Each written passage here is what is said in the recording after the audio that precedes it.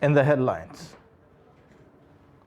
over 800 persons displaced in Niger State following NAF airstrike. PDP presidential candidate Atiku Abubakar demands slight extension on new Naira notes deadline, says Nigerians discomforted. Protesters barricade Osun roads over tribunal judgment. Commissioner of Police convoy blocked. Away from Nigeria, President Joao Lourenço inaugurates Angola's satellite control center. Hello and welcome to Trust News Update. I am Ayuba Ilya. Thank you for joining.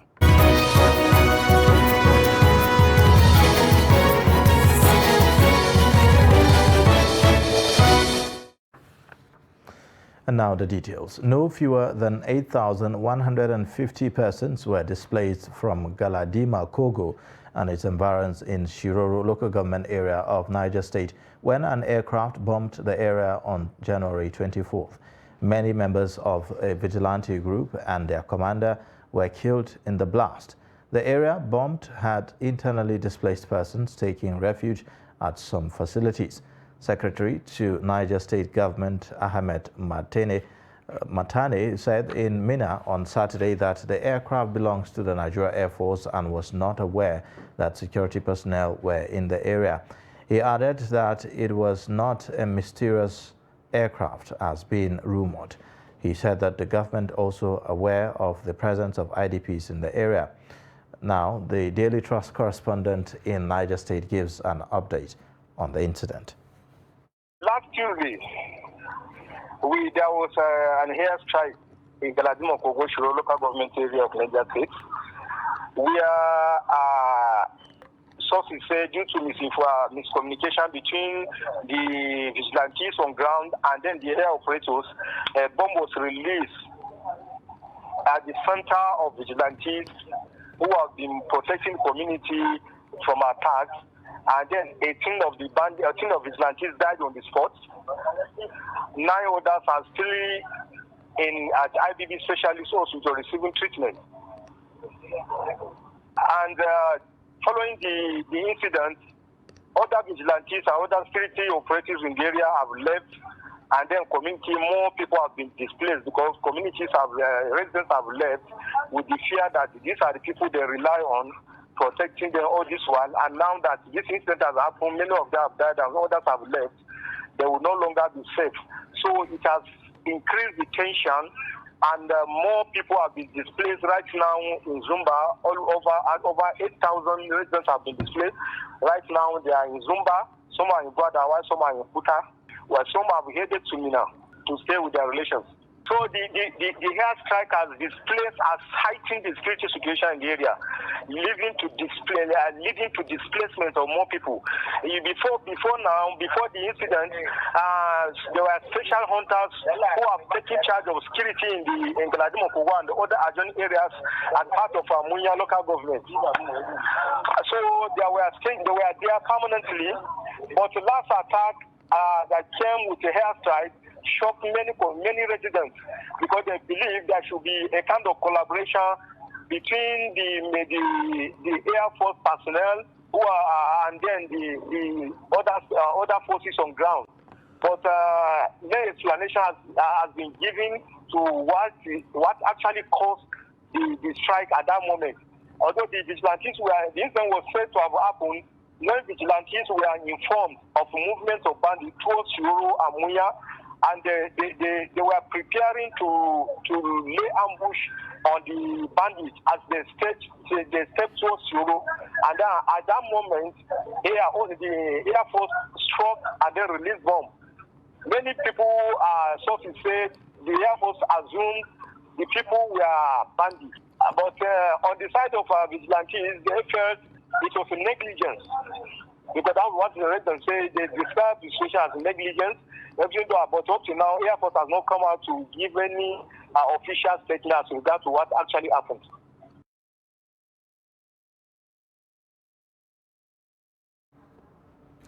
The presidential candidate of the People's Democratic Party, Atiku Abubakar, has called for a slight extension to the January 31st deadline given by the Central Bank of Nigeria for the swapping of the old Naira notes for the new ones in the nation's commercial banks. Atiku said the pain caused by this action is one not intended for the initiative.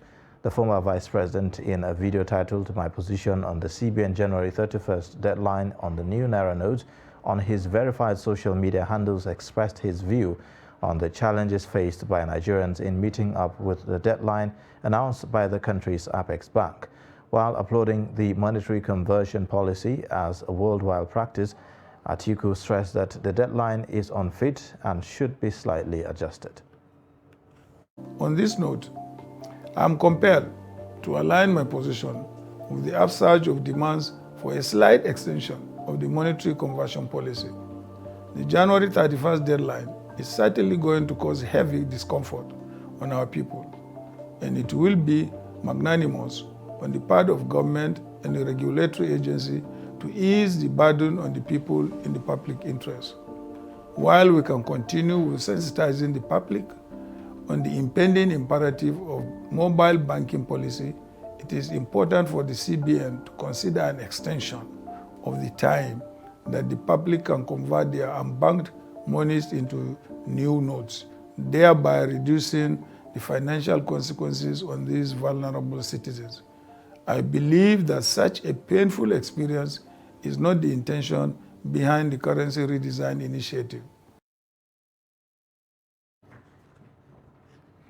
Meanwhile, President Muhammadu Buhari on Saturday assured that government will ensure that citizens are unharmed in their businesses and no disruption is caused to the entire supply chain arising from the currency swap due to end shortly on Tuesday. Reacting to reports of long queues of people waiting for hours for their turn to deposit old notes and get new ones, triggering public anger and opposition's criticism, President Buhari reiterated that the currency changes were aimed at people hoarding illicit funds and not the common man.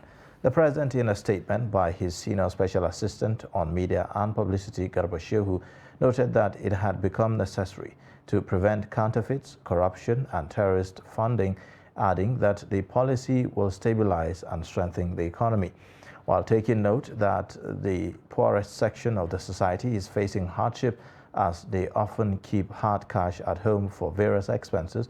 President Buhari gave strong assurances that the government will not leave them to their own fate. He assured that a number of initiatives by the Central Bank of Nigeria and all commercial banks are underway to speed up disruption of the new notes and do all that it is necessary to forestall cash squeeze and chaos. Kano State Governor Abdullahi Ganduje has asked President Muhammadu Buhari to postpone his official visit to the state. Ganduje made the request because of the Central Bank of Nigeria's Naira redesign policy, according to a statement released on Saturday by his Chief Press Secretary, Abba Anwar. The statement said that Ganduje, who disclosed the development to academics, lawmakers, political figures, and members of the business community at the Kano State Government House on Friday, added that the decision to seek the postponement of the visit was taken to avoid any unanticipated circumstances, the statement explained.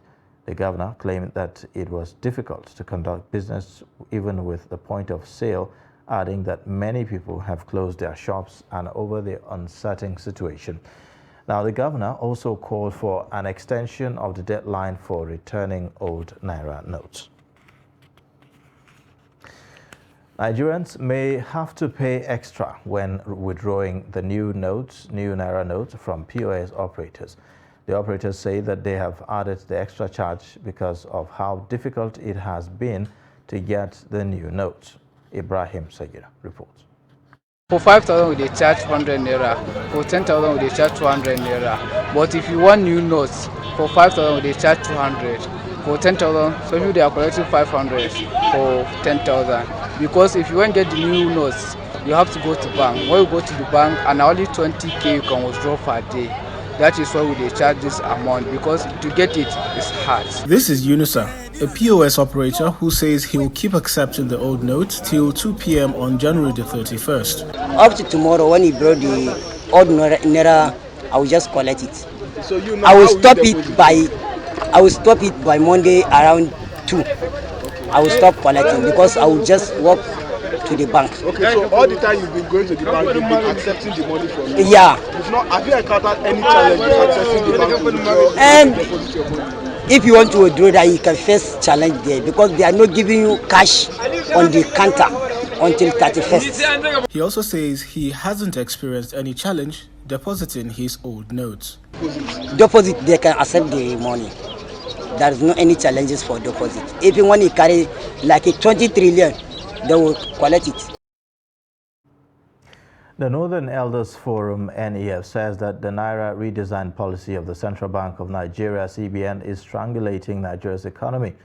NEF urged the CBN to revisit and postpone the deadline for the swap of the redesigned Naira denominations. A statement by the Forum's Director of Publicity and Advocacy, Hakeem Baba Ahmed, said that the currency swap has not worked as planned. The CBN had announced January 31 as the deadline to phase out the old denominations of 200, 500 and 1,000 Naira notes. Despite agitations and anger from Nigerians, CBN Governor Godwin Emefiele had insisted that the deadline was sacrosanct. Now, some major roads in Oshogbo and Ilesha were on Saturday blocked by protesters said to be displeased with the decision of the Election Petition Tribunal that sacked Senator Ademola Adeleke as governor. The protesters, who prevented vehicular movement along Oshogbo-Ikirun Road, also blocked Bongang-Oshogbo Road to traffic and beat up many commercial motorcyclists that were operating in the town. At Ibona area, the convoy of the State Police Commissioner, Kehinde Longe, was stopped by people believed to be members of the Transport Management Committee. An eyewitness who witnessed the incident said that operatives that were in the convoy of the CP later cleared the barricade and moved on. When contacted for a reaction, Osun Police Command spokesperson Yemisi Opalola said that more men have been deployed to the identified spots where roads were blocked to traffic, adding that the situation is under control. Meanwhile, the presidential candidate of the People's Democratic Party, Atiku Abubakar, says the sacking of the governor, Boyega Oyetola, as the Osun State Elections by the Osun State Elections Petition Tribunal is a phase in the struggle to liberate the state. The tribunal, in its judgment on Friday, held that the governorship election was characterized by overvoting, adding that after deduction in the excessive votes, Boyega Oyetola's figures rose to 314,921, while Adeleke's came down to 290,266. Led by the Justice Stacey Kume, the tribunal instructed the Independent National Electoral Commission to withdraw the certificate of return issued to Adeleke and his deputy Kola Adeusi. It directed that the certificate of return be issued to Oyetola instead. But in a Friday statement, Atiku said he stands in solidarity with the people of Osun State, who overwhelmingly voted for the PDP and gave their mandate to Governor Ademola Adeleke.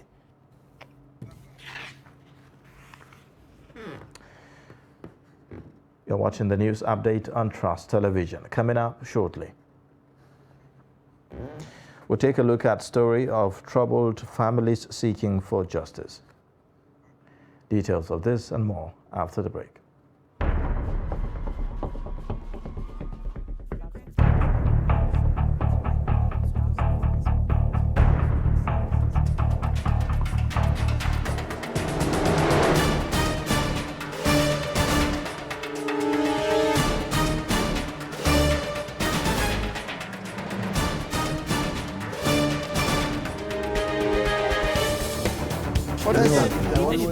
That's great. Good to see you.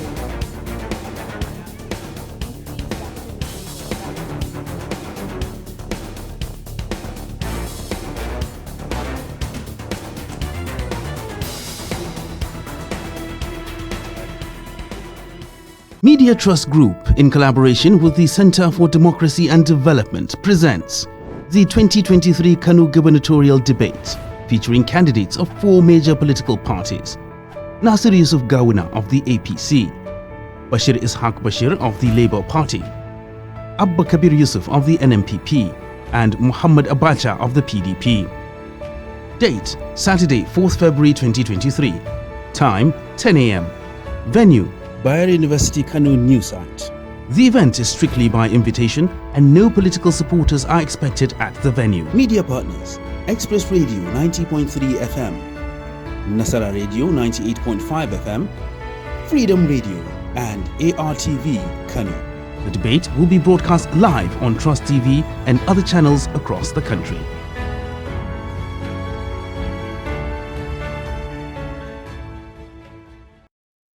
Nigerians, elections are here again. Let us shun violence. Let us play the game according to the rules. Do not be a thug. Say no to violence. Let's rise and defeat violence, crime, and sabotage against the peace of our nation. Nigeria is the only country we have. We must do everything to keep it united. We must avoid any act that promotes hate and disintegration. Say no to separatist movement, terrorism, fake news, hate speech, religious bigotry, and any act that tends to divide us as a nation. Watch out for strange gatherings and suspicious movements. Restrict access to sensitive documents and data, the disclosure of which may damage national security. Educate your staff and family, particularly on measures to safeguard information and report security breaches. Apply relevant legal security guidelines to protect yourself and your neighbors. Due to misinformation and wrong choices, some idle persons resort to vices in their greed to get rich quick. They resort to kidnapping, killings for rituals, and other heinous crimes. Avoid wrong use of the social media. Before you broadcast that false message, think twice. Ask whether it will promote peace or violence. For safety at home, still be security conscious. Educate your household on safety tips. Report all suspicious movements and persons to the security agencies nearest to you.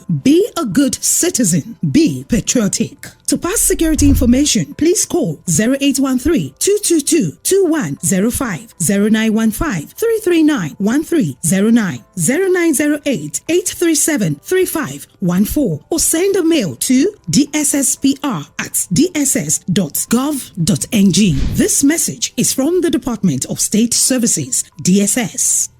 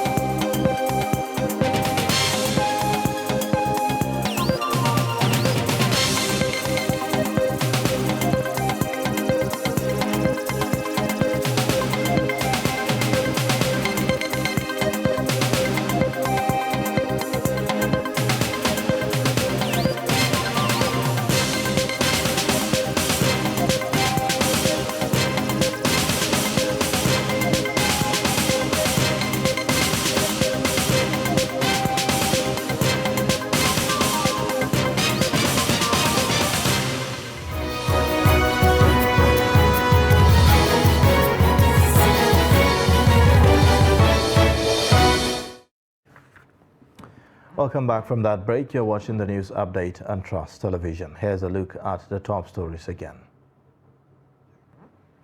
Over 8,000 persons displaced in Niger State following NAF airstrike.